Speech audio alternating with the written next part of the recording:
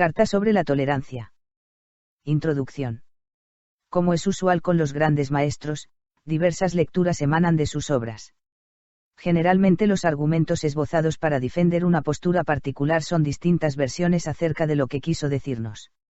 A menudo estas reconstrucciones racionales suelen traicionar la compleja realidad historiográfica.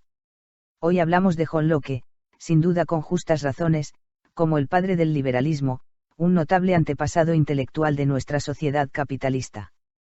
No obstante, este juicio, sumado a las dificultades que encierran los epítetos liberal o sociedad capitalista, son temas tan complejos que no pueden ser completamente verdaderos.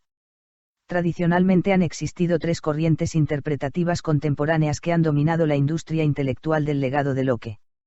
Macpherson, The Political Theory of Possessive Individualism, visualiza a Locke como el burgués que desarrolla los cimientos del individualismo posesivo que caracteriza al Homo economicus del capitalismo moderno. La Escuela de Chicago, destacando la importancia del concepto de propiedad, argumenta que Locke defiende una posición conservadora liberal, por ejemplo, Locke on Bar and Peace, Reverendo Ora Cox, Locke's Education for Liberty, N. Tarkov, John Locke's Liberalism, Reverendo Grant. Ambas posturas tuvieron relevancia en su momento, pero recientemente la posición adoptada por John Donne, The Political Thought of John Locke, enfatizando lo fundamental del carácter religioso de su empresa, y cómo este compromiso tiene implicaciones en su pensamiento político en general, ha dominado el debate de los últimos años. Ver, por ejemplo, John Locke, Resistance, Religion and Responsibility, J. Marshall.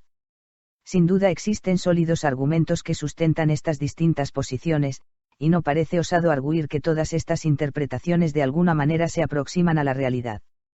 Pero para comprender el sentido de lo que quiso decirnos y, más importante aún, la intención que tenía Locke al escribir su obra, es necesario situarnos en el contexto durante el cual le tocó vivir. John Locke nació en un pueblo al suroeste de Inglaterra. Su padre era un abogado calvinista. Pese a que era un profesional independiente, con buena situación económica, su bienestar básicamente dependía de una familia parlamentaria. Esta conexión le permitió a su hijo John no solo asistir al prestigioso colegio de Westminster, sino también ser aceptado a los 20 años como estudiante en el Christ Church College, en la Universidad de Oxford. Su carrera académica, graduándose como bachiller y posteriormente como doctor, hasta ser nombrado censor de filosofía moral seguía el curso tradicional.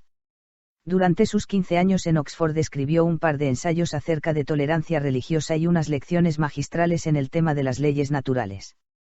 Hasta entonces su vida parecía bastante plana, salvo por el inusual hecho que había desistido de seguir una carrera clerical, como era acostumbrado en aquella época, optando por el estudio de la medicina. Gracias a esto último, un hecho fortuito cambiaría completamente el curso de su existencia.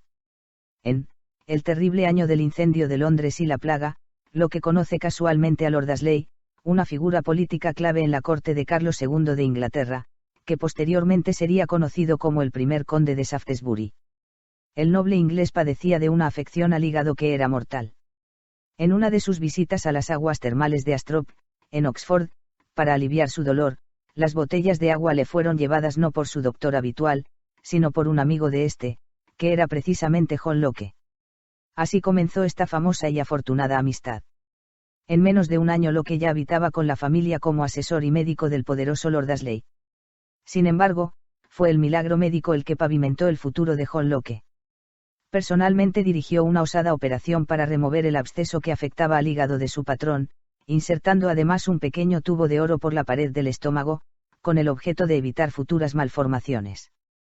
Esta hazaña médica no solo le hizo famoso dentro de la profesión, sino que además le granjeó el eterno agradecimiento de Lord Ashley, quien nunca olvidó que le debía su vida a John Locke. Por su parte, Lord Ashley fue satirizado a causa de este tubo en su estómago. En efecto, caricaturas de la época lo ilustraban conectado por medio de este tubo a un barril de cerveza. En Locke, a causa de esta hazaña científica y de su vínculo con Lord Ashley, es nombrado Fellow de la Royal Society. Este audio es propiedad de www.bibliotecaenaudio.com. Sin lugar a dudas, a no ser por Lord Ashley, Locke simplemente no hubiera sido el John Locke que hoy conocemos. Su patrón era un hombre extraordinario, inmensamente rico, inteligente, influyente y, sobre todo, políticamente muy hábil. Si bien habría apoyado a Carlos I con los realistas, terminó del lado del Parlamento antes de que el rey fuera ejecutado en. Posteriormente fue ministro de Cromwell, pero con el tiempo se convirtió en uno de sus grandes oponentes y, más aún, en uno de los principales arquitectos de la restauración de Carlos II entre lo que vivió los años de la restauración bajo el alero de uno de los personajes públicos más eminentes, participando de la vida política, social e intelectual de ese periodo. Durante el primer año de su estadía junto a Lord Ashley, en lo que compone su ensayo sobre la tolerancia, publicado en este volumen. En este escrito lo que realiza una defensa política del derecho a disentir en materias religiosas. Esto representa un giro importante desde una posición bastante conservadora en temas religiosos durante su estadía en Oxford, acorde con los preceptos liberales que guiaban a su mentor. En efecto, en una carta de Locke se opone abiertamente a la tolerancia. Adicionalmente 2 manuscritos, escritos en Y respectivamente, son dirigidos contra Edward Baxabe, quien defendía el derecho a la libertad de conciencia. En estos manuscritos, escritos en Oxford, Locke argumenta. ¿Te está gustando este episodio? Hazte fan desde el botón Apoyar del podcast de Nivos. Elige tu aportación y podrás escuchar este y el resto de sus episodios extra. Además, ayudarás a su productor a seguir creando contenido con la misma pasión y dedicación.